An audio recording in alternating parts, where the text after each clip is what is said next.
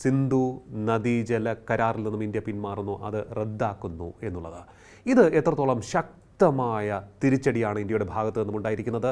ഇതിൻ്റെ പ്രഹരം എത്രത്തോളം ആഘാതം നൽകുന്നത്, എത്രത്തോളം വലിയ നാശം നൽകുന്നതായിരിക്കും പാകിസ്ഥാന്?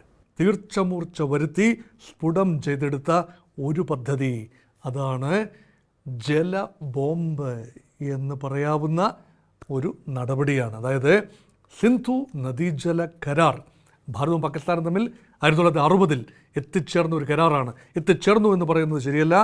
വേൾഡ് ബാങ്കിൻ്റെ മധ്യസ്ഥതയിൽ കറാച്ചിയിൽ വെച്ച് ഇന്ത്യൻ പ്രധാനമന്ത്രി അന്നത്തെ ജവഹർലാൽ നെഹ്റുവും പാകിസ്ഥാൻ പ്രസിഡന്റ് അയൂബ് ഖാനും തമ്മിൽ എത്തിച്ചേർന്ന ഒരു റിവർ വാട്ടർ ഷെയറിംഗ് എഗ്രിമെൻ്റാണ്. കരാർ അനുസരിച്ച് പാകിസ്ഥാൻ ഏറെ ജലം വിട്ടുകൊടുക്കേണ്ടതുണ്ട്.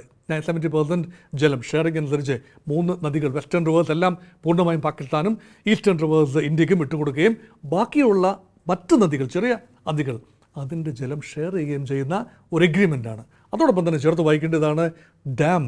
ഒരുപാട് ഡാംസിൻ്റെയും ചെക്ക് ഡാംസിൻ്റെയും വൻകിട ജലസേചന പദ്ധതികളുടെയും കൺസ്ട്രക്ഷൻ ഉണ്ട്. അതിലൊക്കെ സിൽറ്റ് വന്നടിയും. എത്രത്തോളം സിൽറ്റ് വാരി മാറ്റാം, അത് കഴിഞ്ഞ് നിറയാൻ എത്ര സമയമെടുക്കാം, ഇതേക്കുറിച്ചെല്ലാമുള്ള കണക്കുകളാണ് ഈ 1960 ട്രീറ്റിയിൽ. ഏകപക്ഷീയമായി ഇന്ത്യ പിൻവാങ്ങിയാൽ അതിനർത്ഥം പാകിസ്ഥാന് 2 ഭീഷണിയുണ്ട്. സമ്മർ ടൈമിൽ ജലം വിട്ടുകൊടുക്കാതെ ഇന്ത്യയിലേക്ക് മുഴുവൻ ഡൈവേർട്ട് ചെയ്ത് കൊണ്ടുപോയി പഞ്ചാബിൻ്റെ, രാജസ്ഥാൻ്റെ നിലങ്ങൾ നമുക്ക് നനയ്ക്കാൻ സാധിക്കും. 1. അതുപോലെ റെയിനി ടൈമിൽ വൻതോതിൽ ജലം തുറന്നു വിട്ടാൽ മഴയത്ത് മുങ്ങും പാകിസ്ഥാൻ. വെള്ളക്കെട്ടായിട്ട് മാറും. അതുകൊണ്ട് 2 രീതിയിലും അതൊരു dry bomb and wet bomb എന്ന നിലയിലാണ് അതിനെ കാണുന്നത്. ഒരു കണ്ടീഷൻ മാത്രമാണ് ഇന്ത്യ വെച്ചിരിക്കുന്നത്: നിങ്ങൾ ഭീകരത ഉപേക്ഷിക്കൂ, അവിടെ ട്രെയിൻ ചെയ്ത് ഇങ്ങോട്ട് കടത്തിവിട്ട് ഞങ്ങളുടെ വിനോദസഞ്ചാരികളെയും സാധാരണക്കാരെയും കൊല്ലുന്ന ഇടപാട് നിർത്തിവെക്കൂ, ഞങ്ങളിത് പുനഃപരിശോധിക്കാം.